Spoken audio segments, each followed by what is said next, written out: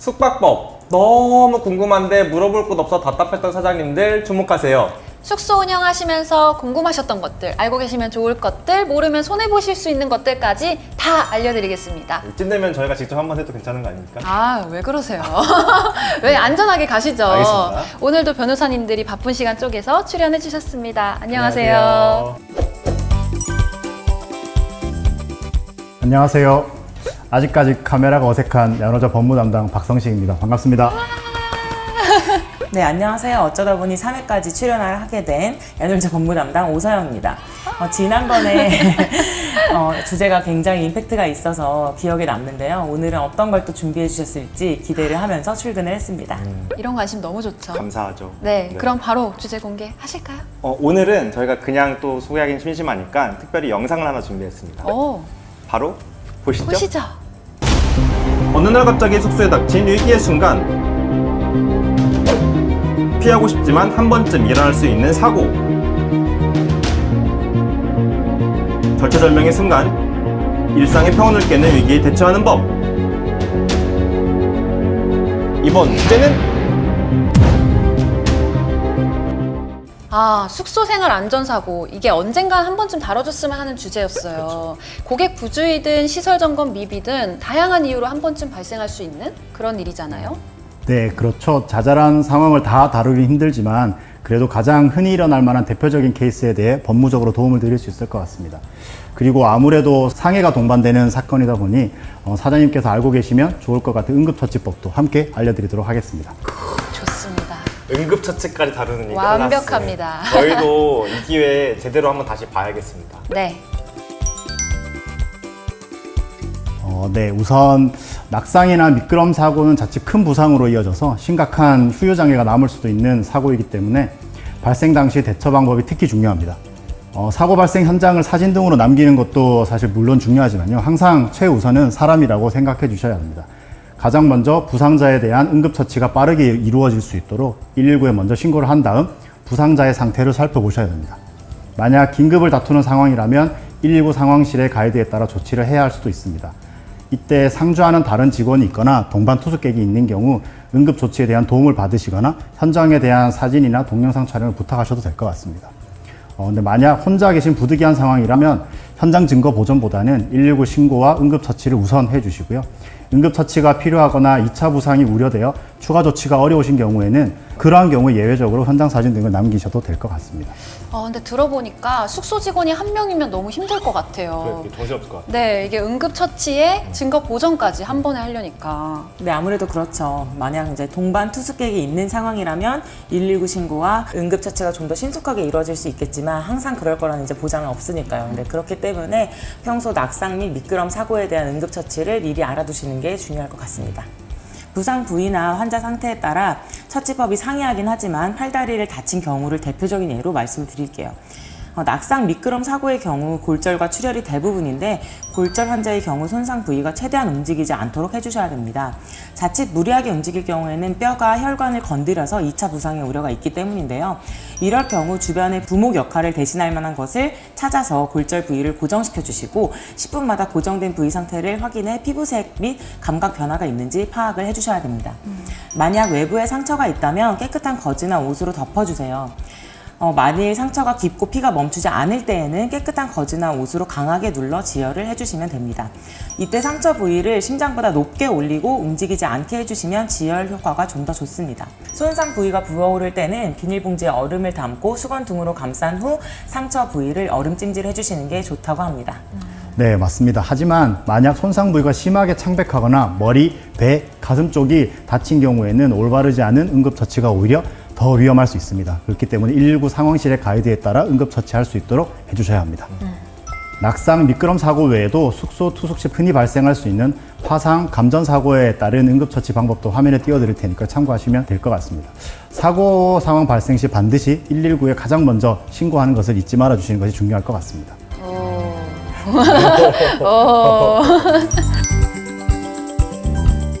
하지만 지금부터가 본론입니다. 즉 이제 법적인 내용이 시작되는데요.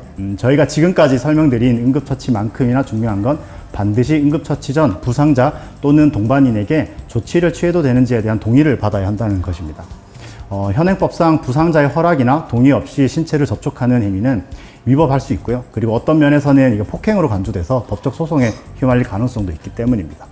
즉 이제 부상자의 사전 동의 없이 응급처치를 하는 행위도 위법할 수 있다라는 점을 기억해 두시면 좋을 것 같습니다. 아니 이게 진짜 응급처치를 해주는 입장에서는 좀 아이러니할 수도 있다는 생각이 드는데 또 이걸 위급해서 처치하는 건데 무슨 동의까지 받아라고만 하기에는 또 상황이 워낙 다양한 상황들이 많이 존재하니까요. 만일을 대비해서라도 꼭 사전 동의를 받아주시는 게 좋을 것 같습니다. 그럼 어떤 식으로 동의를 받아야 될까요? 네, 동의는 크게 명시적 동의와 묵시적 동의로 나눌 수 있습니다. 명시적 동의란 환자의 의식이 있는 경우, 즉 이성적인 결정을 내릴 수 있는 법적 성인에게 사전 동의를 얻는 것을 말합니다. 처치자는 자신의 이름을 말하고 응급처치 교육 이수 여부와 앞으로 실시할 응급처치 등에 대한 설명을 해주셔야 됩니다. 부상자는 상태에 따라 직접 말을 하거나 고개를 끄덕이는 방법으로 의사표현을 해주시면 됩니다. 이에 반해서 암묵적 동의는 환자의 의식이 없거나 생명이 위험할 때 응급처치에 동의할 거라고 가정한 상태에서 처치하는 것을 말합니다. 응급처치자가 행동을 할 때 거부하지 않으면 동의하는 것으로 일단 보게 되며, 만약 대상이 어린아이인데 생명의 위협을 받고 있는 경우에도 부모나 법적 보호자가 없어서 동의를 구하지 못하는 상황에서는 일단 동의를 얻었다고 보고 응급처치를 시행하게 되는 것입니다. 그런데 상황에 따라서 이 명시적, 묵시적 동의를 받고 응급처치를 해주었는데 뭔가 이 법적인 문제가 생길 수도 있잖아요. 말씀드리면서도 너무 착잡하지만 아예 발생하지 않을 거란 보장이 없으니까 이럴 때 처치자가 법적 보호를 받을 수 없는 건가요? 다행히 보호받을 수 있는 방법은 있습니다. 다들 아마 착한 사마리아인 법이라는 것을 한 번쯤 들어보셨을 건데요. 본인이 특별한 위험에 빠지지 않았음에도 응급 상황이나 위험에 처인 타인을 구조하지 않고 외면한 사람에게 징역이나 벌금형을 처할 수 있는 것을 말하는데요. 해당 법률은 폴란드, 독일, 스위스, 네덜란드 등 많은 나라에서 법으로 규정하고 있지만 사실 그동안 우리나라에서는 규정을 하고 있지 않았습니다. 그런데 이제 최근에 유사한 성격의 법률이 우리나라에 도입이 되었습니다. 바로 응급의료에 관한 법률인데요. 응급의료에 관한 법률에 의하면 선의의 응급의료에 대한 면책이라는 조항이 새롭게 신설되었습니다. 이 규정에 의하면 응급의료 종사자가 아닌 사람, 응급처치 제공 의무를 가지지 않은 사람이 응급처치를 하는 과정에서 재산상 손해나 상해의 결과가 발생한 경우 고의 또는 중대한 과실이 없는 한 민형사상 책임을 면제한다라고 되어 있고요. 다만 이제 부상자가 사망한 경우에는 형사 책임을 감경 또는 면제할 수 있도록 이렇게 규정이 되어 있습니다. 그럼 해석을 해보면 업무 중인 응급의료 종사자 같은 특수 케이스가 아니라면 만약 숙소에서 사고가 발생했고 상황이 급박해서 숙소 측에서 응급조치를 했다. 그런데 부상자에게 그로 인해 상해가 발생했다. 이럴 경우 응급처치 과정에서 조치자의 고의나 중과실로 인한 상해가 아니라면 민사상, 형사상 책임을 지지 않는다. 맞나요? 네, 그렇게 이해하시면 될 것 같습니다. 이제 그렇기 때문에 앞서 말씀드린 것처럼 응급 상황에서는 119에 빠르게 신고하고 119 상황실의 가이드에 따라서 조치하는 것이 매우 중요합니다. 이런 법적 책임 소재에 대한 내용을 듣게 되면 몇몇 분들은 그러면 최대한 응급조치를 시도하지 않는 게 좋겠네요 라고 생각하실 수도 있는데, 또 급박하면 외면할 수 없는 상황도 있으니까요. 그렇지만 저희는 우선 사장님들께 조치자에게 적용되는 국내 응급의료법에는 이런 내용이 있다라는 거를 말씀드리고 싶었습니다. 네, 이런 부분도 사실 알아두시는 게 좋으니까요. 네, 그러면 지금까지 응급처치에 대한 방법 그리고 법률에 대해 알아봤다면 증거 확보는 어떤 식으로 이루어져야 되는지 한번 여쭤보고 싶습니다. 현장 보전과 증거 확보가 함께 이루어진다면 가장 좋지만 숙박업 특성상 다음 고객을 받아야 하실 수 있으니까 증거 확보를 우선 중점적으로 말씀드리겠습니다. 대표적으로 확보하셔야 할 증거물로는 사고 당시의 현장 사진과 영상, CCTV, 당사자 및 목격자 증언 등이 있습니다. 이와 관련해서는 지난 2편에서도 다루었었는데 혹시 기억을 하실까요? 저 기억하고 있습니다. 첫 번째, 사전 대응의 방법으로 평상시 사고가 발생할 가능성이 있는 장소의 사진 및 동영상을 확보해둔다. 예를 들면 계단, 욕실, 테라스, 난간 이런 데를 말씀드릴 수 있을 것 같고요. 두 번째, 사고 발생 시 현장 사진 및 동영상을 촬영한다. 이때 촬영이 이루어진 시각을 특정할 수 있는 방식으로 기록하는 게 포인트. 세 번째, 만약 발생 과정에서 객실 기물이 파손되었다면 객실을 정리하지 않고 방금 전과 동일한 방식으로 사진과 영상을 촬영해둔다. 기물이 파손된 경우는 상해 사고와 별개로 합의 또는 민형사상 소송이 진행돼야 되기 때문에 별개의 사건으로 생각하고 꼼꼼히 현장과 증거를 보존해야 한다. 네 번째, 고객과의 사실관계를 확인한다. 사고 발생을 알게 된 시점에 고객이 함께 있다면 이 사실관계 확인이 동시에 이루어질 수 있겠지만 만약 상황이 그렇지 못하다면 대면, 비대면으로도 확인이 가능하다. 가장 대표적으로는 대화 내용을 녹취하는 방법이 있다. 근데 녹취 시에는 대화를 녹취함을 사전에 안내하고 녹취해야 하며 대화에 참여하지 않은 제3자로서 다른 사람의 대화를 몰래 녹음하는 행위는 통신비밀보호법 위반으로 형사처벌을 받을 수도 있다. 물론 불법 녹음 역시 형사증거로 채택할 수 없다. 네. 다만 한 가지 예외가 있다면 대화에 참여하지 않은 제3자더라도 대화자들의 동의를 받은 경우에 한해서는 녹음이 가능하다. 또한 녹취본은 법적 대응을 위한 증거로만 사용을 해야 되고 제3자에게 유포 또는 공개하면 안 된다. 맞죠? 맞죠? 어떤가요? 저희 잘 들었나요? 뭐 이 정도면 우등생이라고 할 수 있겠습니다. 우등생. 네. 이렇게 확보된 증거들은 추후 고객이 손해배상이나 보상금을 요구할 때 활용될 수도 있지만 반대로 사장님께서 사고의 책임 사유가 어디에 있는지 보상 비율은 어떻게 되어야 할지 명확하게 파악하기 위한 기준이 되기도 합니다. 따라서 숙소 측에서도 꼭 필요한 증거인 거죠. 그러니까 추가적으로 부상자가 119 구급차를 타고 이송이 되었다면 응급 의무 기록지를 발급받아 두시는 걸 추천합니다. 해당 응급 의무 기록지는 사고의 경위와 환자의 상태에 대해 작성되어 있기 때문에 추후 보상 절차를 진행할 때 사고 사실을 확인하는 데에도 중요한 자료가 됩니다. 또한 보상 절차 협의는 사고 발생 초기부터 진행하시는 것이 좋습니다. 이는 사고 초기에 보상 협의를 끝내라는 뜻은 아니고요. 고객을 대하는 하나의 적극적인 액션이라고 생각해 주시면 좋을 것 같습니다. 업체가 사고를 충분히 인지하고 있고 상황 해결을 위해 적극적으로 노력한다라는 느낌을 주는 것이 중요한 포인트입니다. 다만 부상자의 부상 정도나 세부 상황에 따라 적절한 협의의 타이밍은 달리 할 필요가 있다는 점도 유념해 주시기 바랍니다. 네, 그렇죠. 이것도 또 중요하죠. 모든 게 커뮤니케이션 기술이라는 맞아요, 거. 맞아요. 네, 그럼 이제는 현실적인 보상 문제로 한번 들어가 봐야겠네요. 네, 그렇죠. 이 부분이 매우 중요한 부분입니다. 우선 사고가 발생한 원인이 시설물 관리상 하자가 있거나 안내 부주의에 의한 것인지 부상자, 즉 고객의 과실이 큰 부분인지 그 비중을 따져볼 필요가 있습니다. 사실 이러한 판단은 가입된 보험사에서 배정해준 손해사정사가 가장 전문적으로 다루겠지만 최대한 명확한 사실관계 파악을 위해서 아까 말씀드린 현장 및 증거 보전이 필요한 것이라고 생각해 주시면 될 것 같습니다. 네, 맞습니다. 또한 지금까지는 숙소와 고객 관점에서 사실관계를 파악해야 한다고 말씀을 드렸는데 만약 사고를 일으킨 주요 원인이 특정 제품에 있다면 이와 관련해 제조업자나 판매업자에게 배상 책임을 청구할 수도 있습니다. 당장은 드라이기나 전기장판 폭발 사고, 세면대 파손 사고 등이 좀 떠오르는데요. 다만 이러한 제조물로 인한 사고 발생 시에도 왜, 누가라는 물음표는 항상 갖고 판단해야 하는 문제라 상황에 따라 그 책임 소재가 달라질 수 있습니다. 예를 들어 단순 제조물 하자 문제라면 제조업자나 판매업자에게 책임이 있을 수 있지만 구매일이 한참 지나서 교체가 필요한 시점에도 숙소에 비치해 두었다면 이에 대한 책임은 숙박업자에게 있다고 할 수 있겠습니다. 반대로 만일의 상황을 대비해서 온도를 몇 도 이상으로 설정하지 말라라는 안내문을 비치했음에도 불구하고 고객이 이를 무시하고 작동함으로써 사고가 발생했다면 이에 대한 책임은 고객에게 있는 거죠. 진짜 이 사고의 전후관계, 사실관계를 정말 꼼꼼히 따져봐야 되네요. 네, 그렇습니다.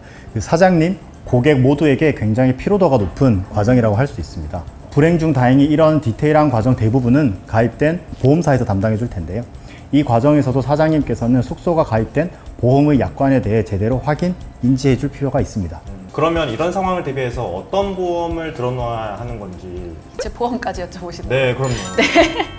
네, 일단 숙박업소 운영 시 그 필수적으로 가입해 주셔야 되는 보험이 있는데요. 화재보험, 재난배상 책임보험입니다. 기본적으로 화재, 재난 시 발생하는 피해를 보상하는 내용을 담고 있는데요. 그 보험사에 따라 특별 약관으로 주차장 배상 책임보험, 그리고 이제 시설 소유자 배상 책임에 대한 내용까지 담고 있는 경우가 있습니다. 주로 이제 특약으로 이제 포함이 되는데요. 가입하신 화재, 재난 관련 보험에 이런 특약이 있는지 미리 확인해 두실 필요가 있습니다. 만약 없다면은 필요한 경우에 따로 가입할 수도 있는 건가요? 네, 가능합니다. 만약 없다면 만일의 사태를 대비하셔서 배상 책임 보험에 별도로 가입하시는 걸 추천드립니다. 특히 주차장 배상 책임 약관의 경우에는 모든 보험사에서 다 가지고 있지 않기 때문에요. 필요시 어떤 보험사에서 그 보험을 가지고 있는지 주의 깊게 살피셔서 가입하실 필요가 있습니다. 모 보험사의 영업배상 책임 약관을 예시로 설명을 드리는 게 좋을 것 같습니다. 해당 영업배상 책임 보험의 경우에는 보통 약관, 기본 특별 약관, 추가 특별 약관 등으로 구성되어 있습니다. 각각의 약관에 따라 보장하는 내용이 다르신 걸 확인하실 수 있어요. 기본 특별 약관은 예를 들어 이런 식으로 특약명이 나눠지는데요. 숙박업소의 경우에는 시설 소유자 배상 책임, 주차장 배상 책임에 해당될 것 같습니다. 물론 주차장을 보유하고 있지 않은 사업자의 경우 주차장 배상 책임은 필요하지 않을 수 있습니다. 이럴 때에는 주차장까지 보장하진 않더라도 비교적 보험료가 줄어드는 상품으로 알아보시는 것도 하나의 방법입니다. 이렇게 특약의 존재를 확인한 후에는 각각의 배상 책임 약관에 명시된 세부 내용을 확인해 주시는 것이 중요합니다. 시설 소유자 배상 책임의 약관 중 관리상의 결함과 과실로 발생한 사고를 모두 보상해 주는지, 관리상의 결함과 과실로 명시된 상황이나 보장 범위는 어떻게 되는지를 꼭 확인해 주시기 바랍니다. 특히 주차장 배상 책임의 경우에는 보상의 대상이 되기 위해서는 해당 주차장이 숙박업소 단독으로 사용하는 경우로 한정되는 경우가 많이 있습니다. 또한 주차장 위치가 옥 내인지 옥 외인지, 옥 내라면 기계식 주차장인지 일반인지 등등에 따라서 보장 가능 여부와 보험료, 자기부담금 등 차이가 있을 수 있으니 자세하게 체크해 보실 필요가 있습니다. 꿀팁이 엄청 많아요. 저도 평소 보험대 되게 많이 한다고 생각했는데 진짜 이 세상에는 알아둬야 할 것들이 너무 많아요. 너무 많아요. 네, 이렇게 오늘 들어보니까 결국 가장 좋은 방법은 숙소의 위험 요소에 대해서 사전에 파악하고 또 만일의 상황을 대비하기 위한 안내문을 꼭 숙소나 객실에 비치해 두는 것, 그리고 보다 중요하게 안내돼야 될 부분은 체크인 시 고객에게 직접 구두로 전달하는 것이라는 생각이 좀 드네요. 완전 동의합니다. 무조건 많이 알려주실 수밖에 없으니까. 맞습니다. 좀 귀찮더라도. 네. 네, 이렇게 내 주변 로펌 3편 숙소 객실에서 발생하는 사고에 대처하는 방법에 대해서 알아봤습니다. 이런 생활 안전사고는 왠지 내 공간에서는 일어날 것 같지 않아서 무심하다가 또 여기저기서 들리는 사고 소식에 또 불안하고 그런 영역인 것 같아요. 맞아요. 네, 그렇습니다. 때문에 더 경각심을 갖고 생활 속 안전사고 문제를 바라보는 것이 무엇보다 중요합니다. 올해 한국소비자원의 통계에 따르면 매해 숙박시설 안전사고가 평균 200건 이상 발생한다라고 합니다. 최근 3년 동안에는 무려 722건이나 발생했고, 또 특히 사고 대상 대부분이 미취학 또는 10세 미만 이런 친구들이 많이 다친다고 하니까요. 여기서 석재 또는 바닥 타일에 의해서 미끄러지거나 추락하는 등의 사고가 대다수였다고 하네요. 네, 만약 어린아이를 동반한 가족 단위 고객이 투숙할 경우에는 특히 사전 고지에 힘써 주셔야겠습니다. 높아심의 말씀을 드리지만 겨울철에는 특히 낙상이나 골절의 사고가 많아진다고 하니 숙소 시설물 점검에 더욱 주의를 기울여 주시면 좋을 것 같습니다. 네, 이렇게 저희 모두가 사장님 숙소에 안녕을 바라는 마음 굉장히 강하게 전달됐을 것 같습니다. 맞죠? 맞습니다. 네, 맞습니다. 네, 그럼 이번 영상도 유익하셨기를 바라면서 사장님 숙소 오늘도 내일도 대박 나세요. 내 주변 로펌!